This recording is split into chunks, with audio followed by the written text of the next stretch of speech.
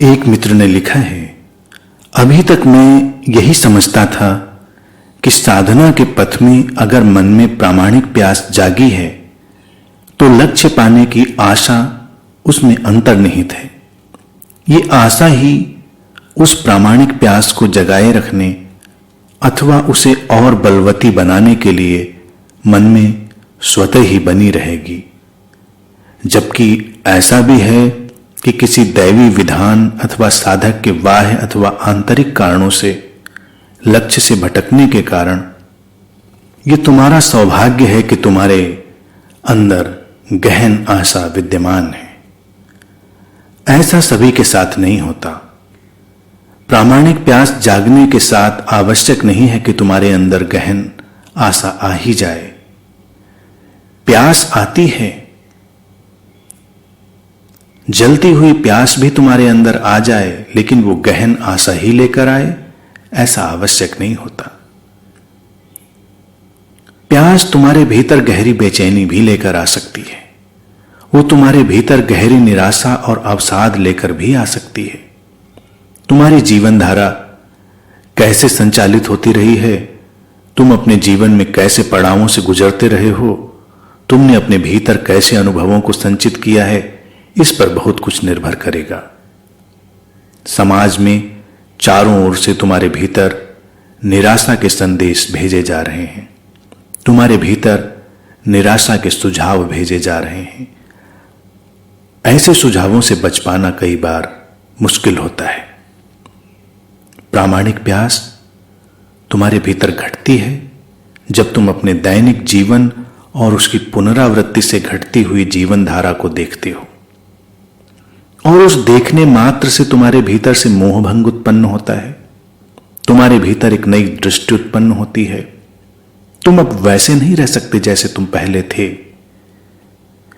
पीछे लौटने का मार्ग तुम्हारे पास नहीं है, क्योंकि तुमने स्पष्टतः मार्ग को देख लिया है। आगे जाने का मार्ग तुम्हें पता नहीं है। एक अज्ञात का निमंत्रण तुम्हारे अंतरतम में आ गया है। ये जब अज्ञात का निमंत्रण तुम्हारे अंतरतम में उतर आए तो इस अज्ञात मार्ग पर बढ़ने के लिए गहन आशा अनिवार्य है। तुम चारों ओर से भेजे जाते निराशा के सुझावों से ग्रस्त हो गए, तुमने उनसे तादात्म्य बना लिया, तो हो सकता है तुम निराश हो जाओ। निराश होकर तुमने कोई कदम भी बढ़ाया तो उसकी परिणति निराशा में ही होगी। आशा से भरकर अगर तुम कोई कदम उठाओगे तो उसकी परिणति आशा में होनी संभव है। लोगों की मनसाएं ठीक हैं, लोगों की नीयत पर संदेह करने की आवश्यकता नहीं है, लेकिन उनके जीवन की जो संरचना बन गई है, उस संरचना से वो जब तुम्हें सहयोग भी देते हैं तो वो सहयोग भी तुम्हारे भीतर निराशा उत्पन्न करने वाला होता है। वो लोग भी जो तुम्हें धार्मिक अनुशासन दे रहे हैं, मार्गदर्शन दे रहे हैं, लेकिन उन्होंने चेतना के उच्चतम शिखर को अनुभव नहीं किया है। जब वो भी तुम्हें मार्गदर्शन देते हैं तो उस मार्गदर्शन के पीछे लिपटी हुई निराशा तुम्हारे भीतर उतर जाती है। ये धार्मिक लोगों द्वारा आए हुए संकेत ही तो हैं तुम्हारे भीतर कि तुम दीनहीन हो, तुम क्षुद्र हो। ये जन्म जन्म की यात्रा है, ये तुम्हारे लिए संभव नहीं है, ये बहुत कठिन है। ये धार्मिक लोगों द्वारा तुम्हें दिए गए सुझाव ही तो हैं। ये सुझाव जो तुम्हें दबाते हैं कि ये इस क्षण कैसे संभव हो सकता है, ये तो बहुत ही गहरे प्रयासों से कभी भविष्य में संभव होगा। ये तो जन्म जन्म की लंबी यात्रा है। तुम अभी आराम से रह सकते हो और अपनी मूर्खताएं जारी रख सकते हो। इसीलिए ही तुम्हें समय की आवश्यकता है। समय तुम्हें क्यों चाहिए? समय इसलिए चाहिए कि तुम रूपांतरित होना नहीं चाहते, क्योंकि तुम अपने भीतर कहीं जानते हो कि तुम्हारी वासनाओं से निर्मित तुम्हारी मूर्खताओं की जो प्रक्रिया है उसमें तुम रस ले रहे हो। ऐसे में कोई धार्मिक व्यक्ति जब तुम्हें ऐसा संदेश देता है कि साधना करते रहो, चलते रहो, कभी किसी जन्म में कुछ हो जाएगा। तुम सब कुछ करते हो, बड़ी मेहनत से करते हो, और तुम अपने भीतर एक सुकून महसूस करते हो कि चलो कोई जल्दी नहीं है, बदलने की कोई शीघ्रता नहीं है। तुम वहां से भागने का प्रयास करते हो जहां कह दिया जाता है अभी और यहीं बदलना है, रूपांतरित होना है, और यह संभव है,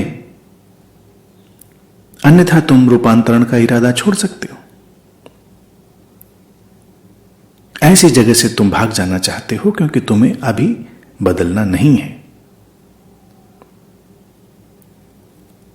रूपांतरण सरल है, अत्यंत सरल है, लेकिन उसे कठिन बना दिया गया है।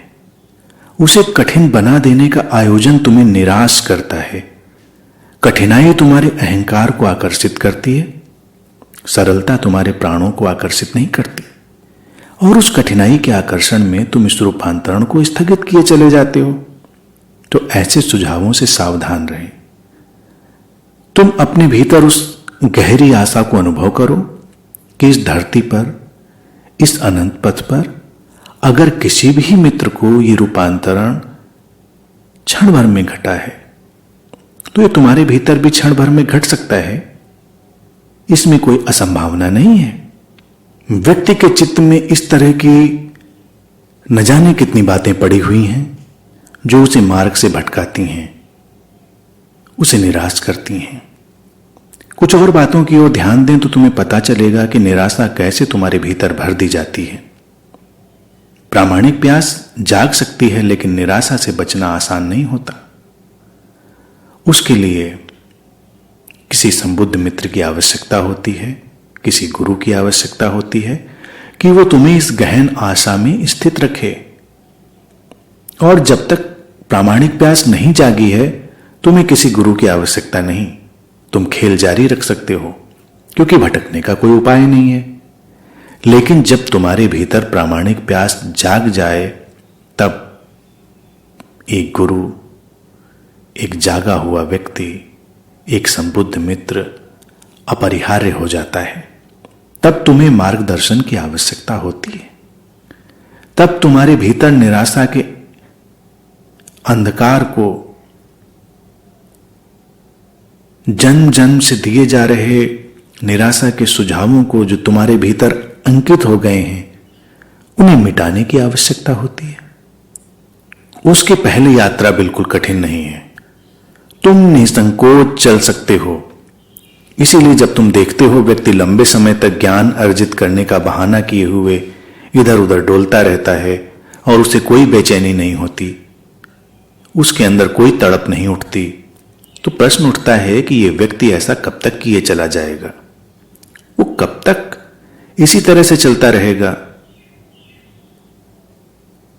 ये तय है कि जब तक उसके भीतर प्रामाणिक प्यास नहीं जागेगी, वो ऐसे ही जीवन में खेलता रहेगा, इधर उधर डोलता रहेगा।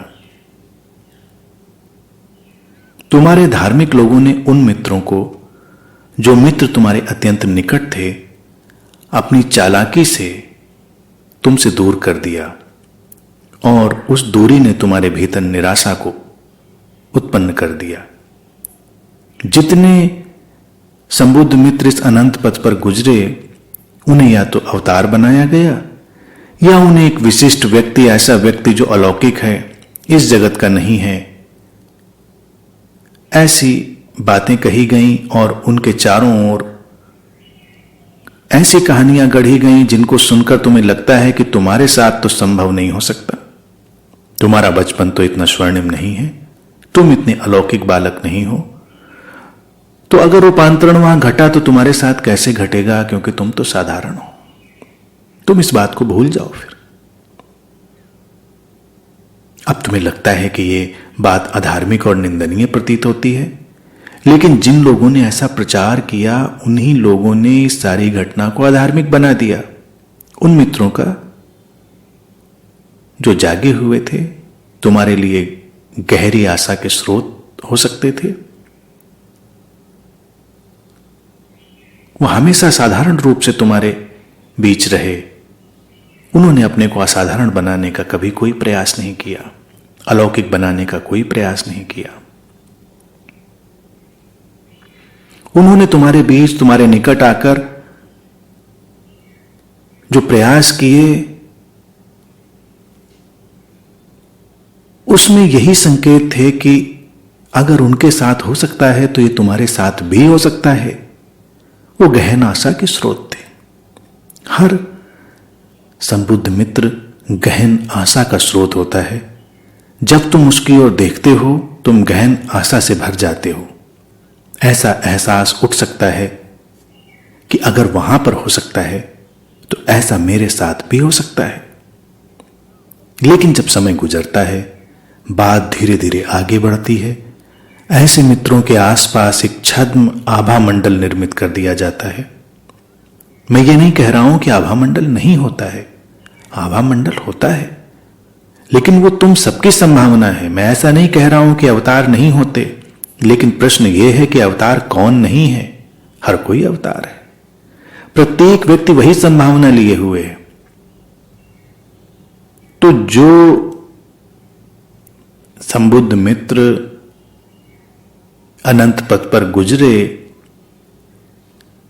जो रूपांतरण ला सकते थे, जो ला सकते हैं, उनको अपने से इतना दूर न करें कि मार्ग पर चलना असंभव हो जाए। लोगों को लगता है कि हम भक्ति कर सकते हैं, पूजा कर सकते हैं, प्रार्थना कर सकते हैं, लेकिन उनके जैसे कैसे हो सकते हैं? और अगर उनके जैसे नहीं हो सकते तो सारी बात ही व्यर्थ है।